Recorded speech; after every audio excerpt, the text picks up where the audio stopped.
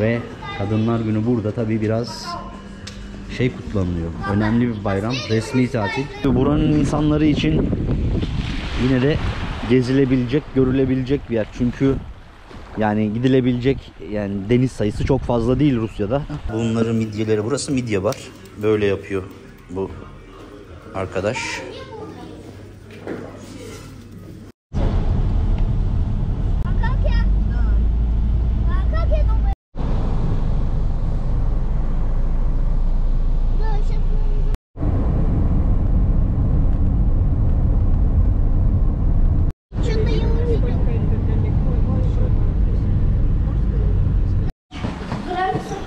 Grand Safir Otel.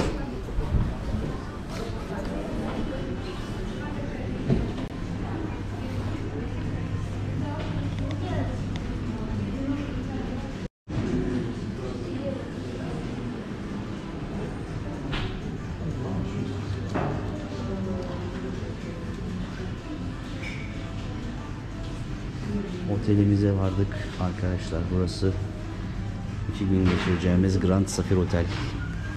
Şimdi check-in yapıyoruz. Birazdan odamıza doğru çıkacağız. Bakalım. Selamlar, saygılar, hürmetler arkadaşlar. Bugün sizleri Rusya'nın Alanya'sına getirdik diyebilirim. Bugün Anapa'dayız bu videoda. Daha doğrusu belli bir süre burada olacağım. Buradan birkaç video gelecektir diye düşünüyorum. Ve şimdi hiç vakit kaybetmeden hem videoya başlıyoruz hem de bu şehri keşfetmeye başlıyoruz. Otelden çıkmadan size şöyle odamızı göstereyim biraz. Şöyle bir yatağımız var. Tabii güzel de bir şehir manzaramız var aslında burada. Anapa şehri Karadeniz kıyısında bir tatil şehri. Tabii şehirle ilgili tüm detayları, bilgileri size birazdan aktaracağım. Otelimiz ilk planda böyle. Suite oda. Yine biz kalabalık geldik tabii. O yüzden bayağı bir büyük bir oda. Normalde hani ben 2 kişi gelsek burada kalmazdık tabii. Bir gardırop var. Şöyle kahve, çay makinesi, bir ufak bar gibi bir şey var. Yine diğer oteller var. Burası söylediğim gibi bir tatil kasabası ve otelleriyle falan ünlü. Şöyle bu da bu taraftan manzaramız Karadeniz. Şu ta ilerisi karşısı da Türkiye. Hemen burası da yine Grand Otel Anapa. Biz Grand Otel Safir'de kalıyoruz Anapa'da. Tabi bu otellerle ilgili bütün linkleri de açıklamalar kısmına bırakırım arkadaşlar. Oradan da görebilirsiniz. Odamız böyle. Bir de böyle bir ikinci oda var. Orada da arkadaşlarımız kalacak. Yine geniş ve güzel manzaralı. Şimdi de yemek yemeye gideceğiz. Hep beraber ilk önce bir yemek yiyerek başlayalım bakalım. Ondan sonra devam edeceğiz. Tuvalet, banyoda böyle arkadaşlar. Gördüğünüz gibi. Evet. Yani genel anlamda böyle bir manzaramız var ve güzel yani. Odayı, oteli beğendik. İlk girişte biraz kokuyordu ama olsun. Güzel yani. Şimdi yemeğe gidiyoruz. Evet, burası это 5 звездочка, да, здесь? Нет? 3? 5 звездочка это вот этот, который... Вот это Grand Hotel. Evet, burası 3 yıldızlıymış arkadaşlar ama yine de güzel. Resepsiyonumuz da böyle. Kadınlar Günü olduğu için bu arada 8 Mart 2024 tarihindeyiz ve o yüzden burada Kadınlar Günü'nü kutluyorlar. Ve Kadınlar Günü burada tabii biraz kutlanıyor. Önemli bir bayram, resmi tatil. Şimdi yemek yiyeceğiz. Чего? Ne? Последний хрустальный бокал. Aha, yemek yiyeceğiz şimdi bakalım. Böyle otelde borş 400 ruble, çorbalar 300 rubleden başlıyor, 400-550 devam ediyor. Deniz ürünü yemekleri 300-560, 300 devam ediyor yine aynı şekilde. Böyle fiyatlar otel için normal. Yani çok da şey değil. Steak is cruci. Yani schnitzel gibi bir şey diyebiliriz. 450 ruble. Güzel. Otel böyle. Уха. İnek eti olanlar birazcık daha pahalı. 770'ten başlıyor. File mignon pot sosam. Soslu milyon file. 770, 1700 steak salat. 1700 ruble. Дай без хлеба кусочек, ну? Ama yine normal yani otel için. Ben de Sezar salata söyledim artık. Sağlıklı besleniyorum arkadaşlar. Salyanka da ayda. Salyanka. Et çorbası yani. Böyle. Yamtam. Bu da tavuklu julienne. Ufak ama olsun. Güzel ya. Bakalım.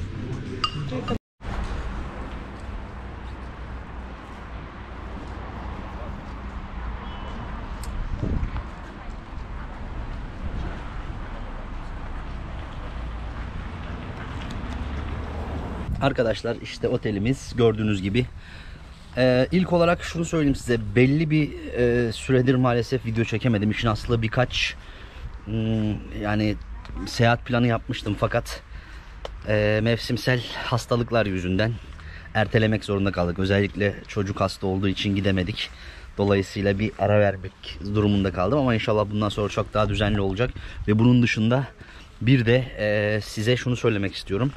Bu bölgeye tur yapmakla ilgili bir duyurum olmuştu biliyorsunuz ve şimdi size bununla ilgili hazırlıkları yapıyorum. Onunla ilgili web sitesinde yakın zamanda açacağım ve inşallah buraları sizde getireceğim. Şimdi gördüğünüz üzere Anapa'dayız. Sokaklara indik. Ben de bu arada ilk defa geliyorum Anapa'ya. Anapa Güney Rusya'daki tatil şehirlerinden bir tanesi. Karadeniz kıyısında ve tabi eski bir Adige yerleşimi aslında burası da eski bir Adige şehri. İlk ismi de Buğırkala. Buğırkal.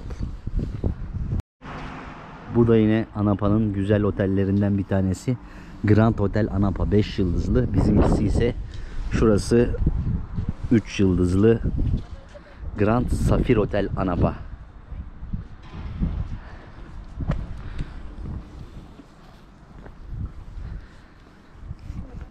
Şimdi söylediğim gibi tabii ben de ilk defa geldim Anapa'ya ve Anapa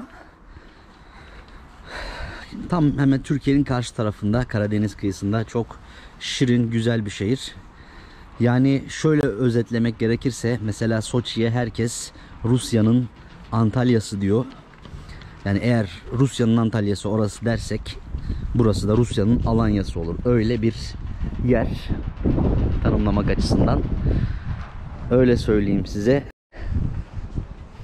Sahile doğru gidiyoruz. Burası tabi bu şehir şöyle söyleyeyim 40 kilometrelik bir sahili var ve yazın ana baba günü oluyor. Daha çok tabi yani özellikle Haziran ve Eylül Ekim ayları arasında burası tabi Temmuz ve Ağustos en sıcak ayları. En muazzam zamanını yaşıyor, hem en kalabalık ve tabi gece hayatı da işte bir o kadar hareketli oluyor. Yani gece hayatı sevenler için de gelinebilecek yerlerden bir tanesi. Bakın kumu da göstereyim size. Yani tamamen kum.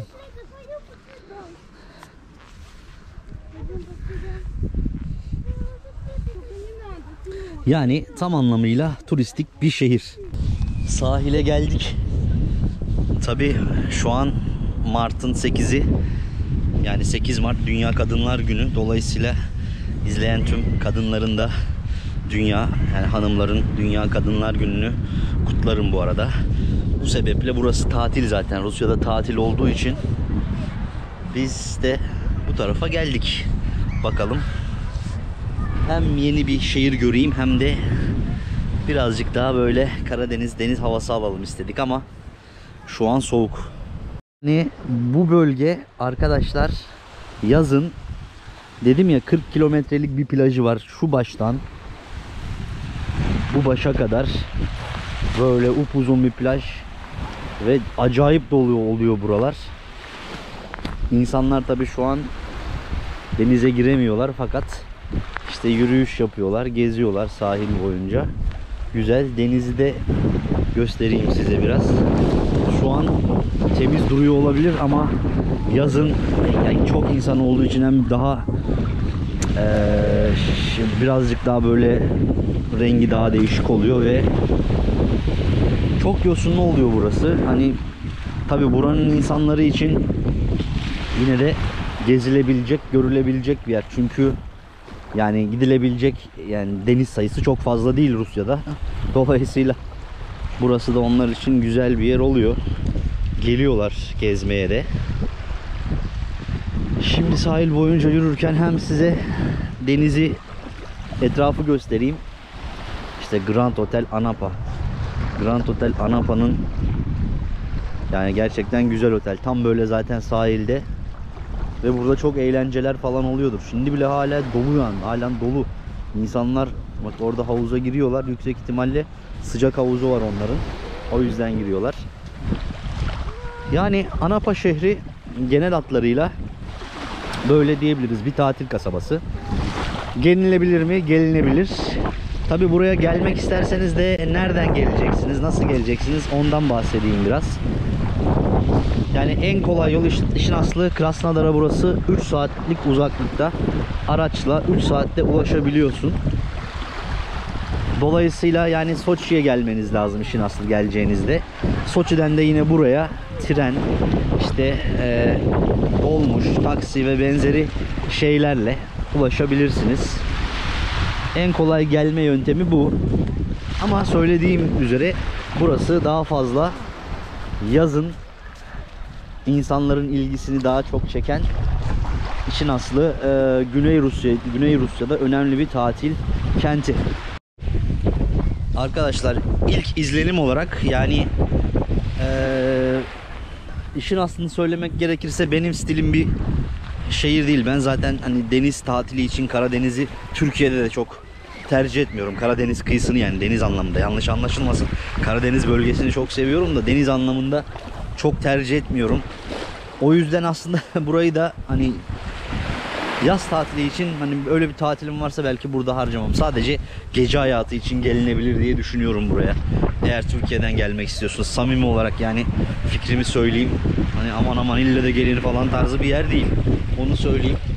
Ama yine de hani farklı bir yer, farklı bir şehir, ne bileyim belki Rusya'ya gelip bu tüm bölgeyi gezmek isterseniz işte hani burada bir hafta değil de bir günü, bir geceyi, 2 geceyi de burada geçirmek olabilir mi? Olabilir. Öyle bir yer. Şimdi biraz daha şehrin içine doğru gitmeye çalışalım bakalım. Arkadaşlar otelimiz ileride. Şimdi 2 gece için biz bu otele 30.000 ruble ödedik. Yani Türk lirasıyla 10.000 lira yapar. Hemen hemen. Tabi bu rakam 4 yetişkin bir çocuk için bir büyük suite oda fiyatı. Yani bu mevsim için normal denilebilecek bir rakam. Tabi burası yaz sezonunda özellikle Soçi'de tabi öyle çok hani pahalı olabiliyor fiyat olarak otel fiyatları.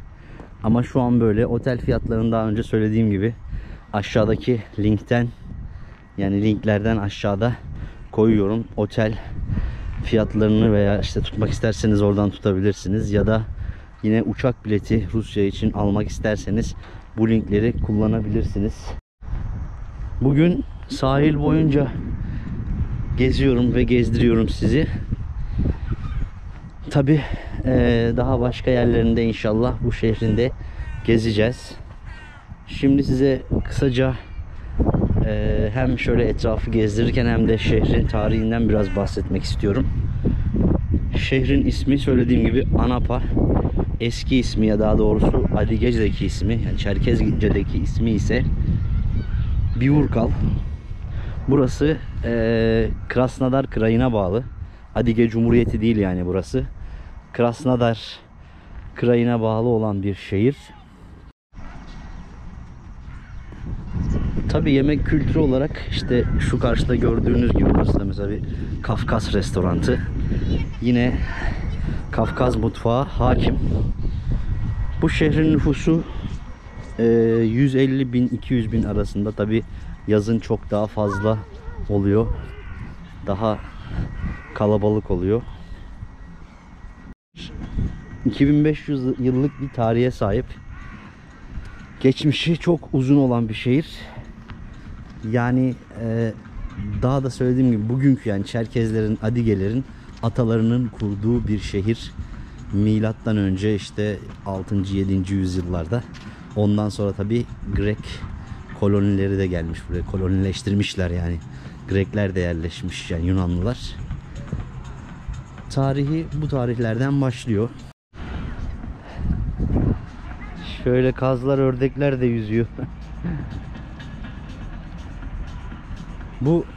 Bu arada nehir değil, liman galiba. Eski doğal liman. Yani şu an akarsu gibi görünebilir ama değil.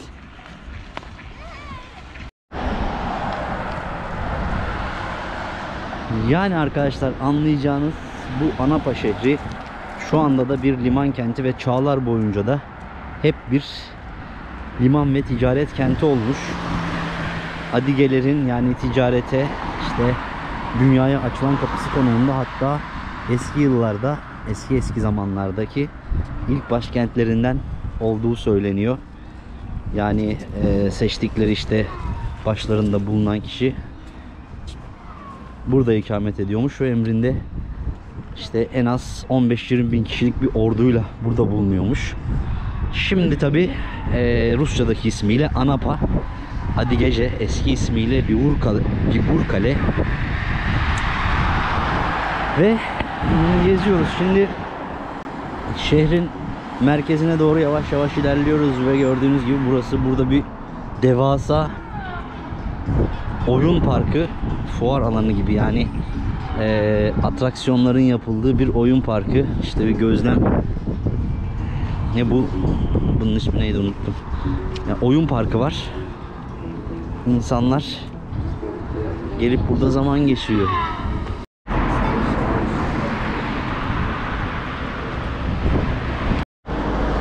Tren değil mi bu? Bu bayağı büyük ya. Ben böyle bir şeye biner miydim bilmezdim herhalde. Büyük ve ürkütücü duruyor yani, aşağı düşmeler falan. Neyse zaten bilmeyeceğiz, çok da büyütmeye gerek yok. Buralar hep plajların arka tarafı, yani aslında bunun işte mesela tuvalet yazıyor, kapalı. Birçok şey kapalı. Arka tarafı plajlar, tesisler burası. Tabii yaz daha gelmediği için şu an kapalı. Fakat hatta şöyle söyleyeyim arkadaşlar, yani şu an, pardon özür diliyorum, şunu çıkartayım. Hava soğuk, yani Mart'ın hemen hemen ortasına gelmiş olmamıza rağmen yani hava sıcaklığı şu an 6 derece 7 derece civarında. Hatta dün akşam Krasnodar'da kar yağdı, dün gece yani. O yüzden şu an birazcık serin hava. Şehrin de tamamı haliyle açık değil. Bakın orada Özbekskiye Kuhne, yani Özbek restoranı yazıyor. Birçok yer kapalı duruyor ama aslında tabii şimdi dank etti. Ya tatil burası, burada tatil şu an bugün, dolayısıyla bakın dükkanların neredeyse hemen hemen hepsi kapalı. Ben de diyorum ne kadar sakin şehir, meğerse kapalıymış ya. Dur bakalım, şehir merkezi belki daha hareketlidir.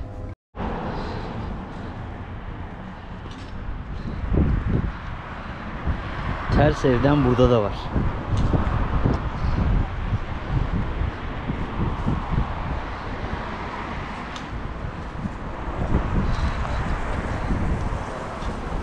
Bundan bu değil tabi, benzeri şey de var, biliyorsunuzdur belki. Batum'da, Gürcistan'da var. Burada da yapılmış. Daha çok çocuk eğlence parkı gibi bir yer gibi duruyor.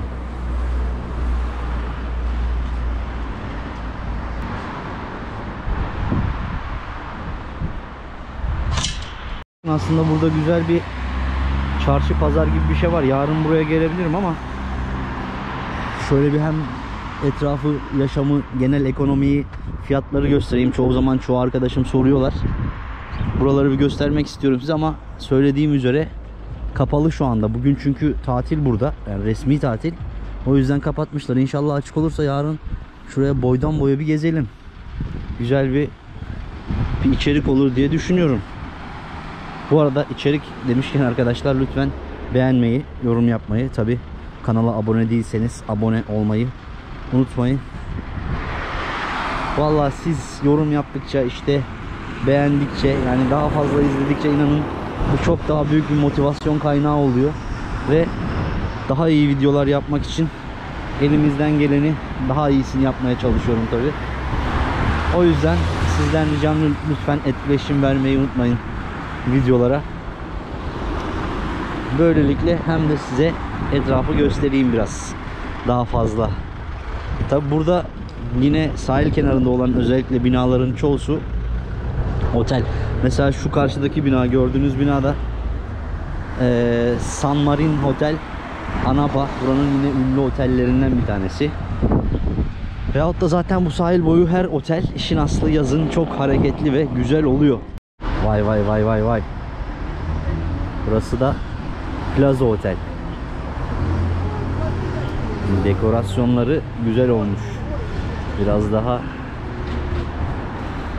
Biraz otantik bir otel gibi ama işte böyle yani, neredeyse şu gördüğünüz gibi hani Alanya, Antalya gibi. Neredeyse her bina otel.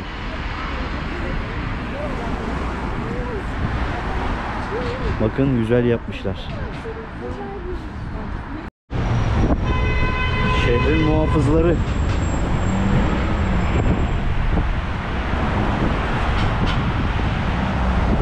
Yani güzel olmuş.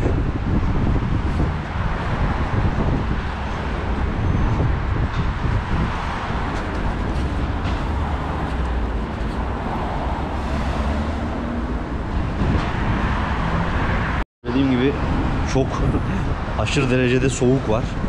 Dondurucu bir hava var yani. Buradan tabii işte buraya daha önce de bahsettim. Krasnodar'dan 3 saatte otobüsle gelebilirsiniz. 3-4 saat içerisinde. En kolay yollardan bir tanesi bu. Ya da Soçi'den yine tren, otobüs, bunlarla gelinebiliyor.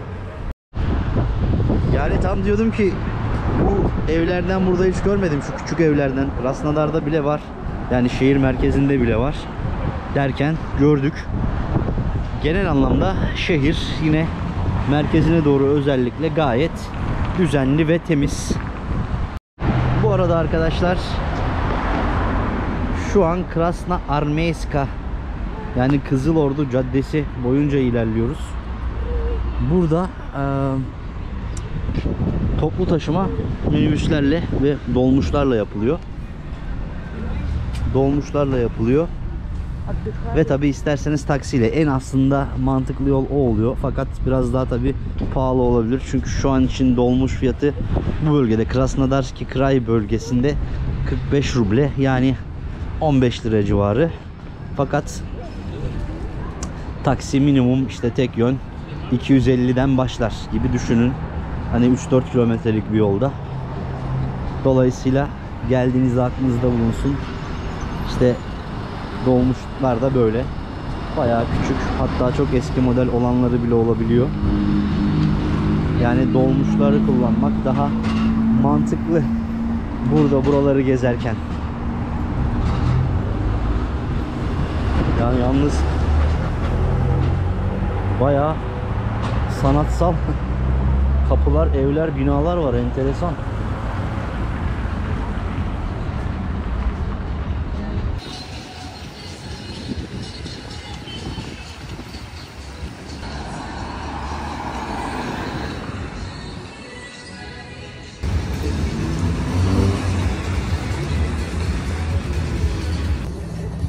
Şehir merkezine geldik artık arkadaşlar. Tabii söylediğim gibi güzel, fakat beklediğimden yine büyük bir şehir. Evet, beklediğimden büyük bir şehir fakat beklediğimden güzel de bir şehir. Yani ama en başta da söylediğim gibi buraya gelecekseniz yazın gelin. Yazın yani gayet eğlenceli olur diye düşünüyorum. Özellikle yani bu taraflara gelmek isteyen, gezmek isteyen insanlar varsa gece hayatı için bence burası yazın birebir olur.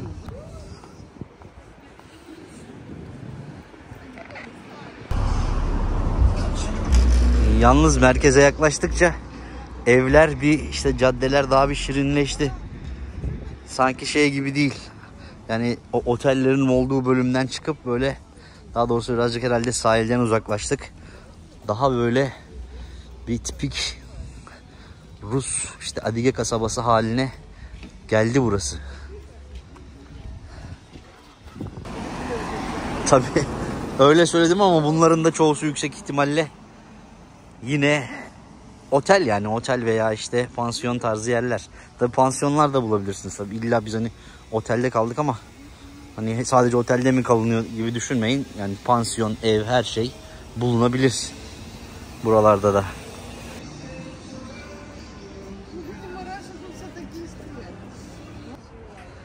Yalnız bakın hala eski tip anten kullanıyorlar burada. Enteresan. Çok aslında görmemiştim bu Rusya'da fakat burada kullanıyorlar. Enteresan bir şey. Bu arada şöyle bir şeyler içelim bakalım fiyatlarda neymiş, ne aralıktaymış. Хорошее место. Şu Хорошее место yani Yandex'in iyi, kaliteli yerler anlamına gelen amblemi.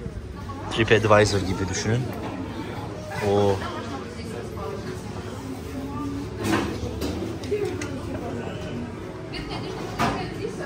ne var burada? Midye falan herhalde tarzı şeyler var. Bakalım. Arkadaşlar bu arada bir deniz ürünleri barına geldik. Yani böyle atıştırmalık deniz ürünleri satıyorlar. Ve tabi alkol şeyler var. Bakalım, tabi alkol dışında ürünler de var da. Yani şöyle midye, deniz kestanesi, midye, ne var burada gibi şeyler var. Bunlar nasıl yeniliyor bakacağız. Mekanın genel görüntüsü de böyle.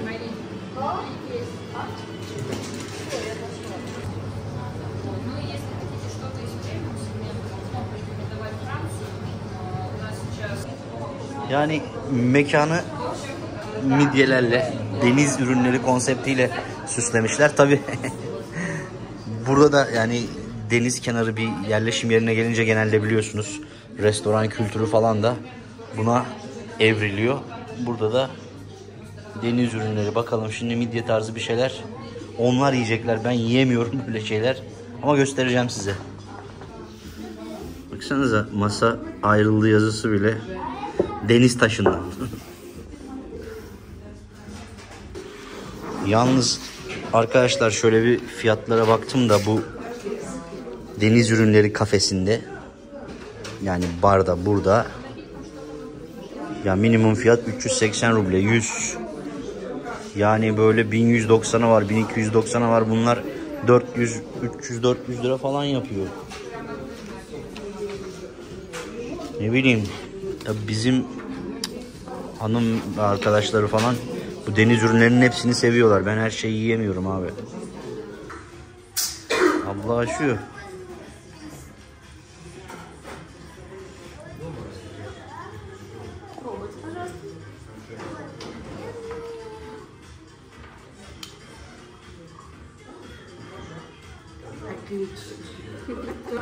İşte bunların midyeleri. Burası midye bar.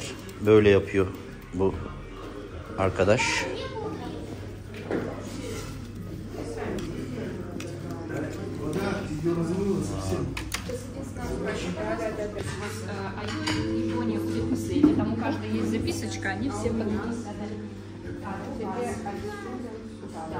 Midye. Üstüne yazmış da Maruzmon Japonya. Maruemon. Maruemon Japonya. Kitay, Çin. Makka. Maka, Çin usulü. Marokka. Fas usulü. Aa bak, bütün ülkelerin kendine özgü olarak yapmış. Buradan Aioi Japonya. Japonya. O da Japonya tarzında yapılmış. Midye işte. Midye böyle yiyorlar burada. Afiyet olsun. Приятного аппетита o zaman. Это кушается вот так. Да, сейчас.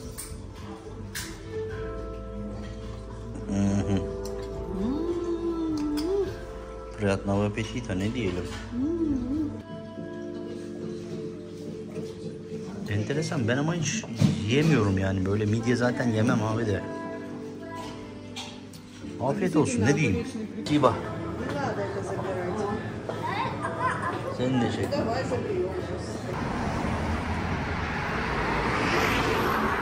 Yumi Oysters arkadaşlar, burası o midyeleri yedikleri yer ama yani bir tabak midye 1000 lira. Bilmiyorum, buraya gelmeyin, kaçın buradan. Vallahi öyle. Arkadaşlar burada yani bu Kafkasya veya işte Güney Rusya bölgesinde nereleri gezmemi istersiniz, nereleri görmek istersiniz? Eğer yorumlarda bildirirseniz çok memnun olurum, çünkü ona göre bir rota oluşturmak istiyorum ve bütün işte sene boyunca artık istediğiniz, görmek istediğiniz yerleri sizlere gezerek göstermek istiyorum. O yüzden yorum yaparsanız çok memnun olurum. Evet arkadaşlar, bu videoyu burada kapatmak istiyorum. Artık hepinize çok teşekkür ediyorum izlediğiniz için. Lütfen yorum, beğeni ve kanala abone değilseniz lütfen abone olmayı unutmayın. Tekrardan görüşünceye dek kendinize iyi bakın. Hoşça kalın.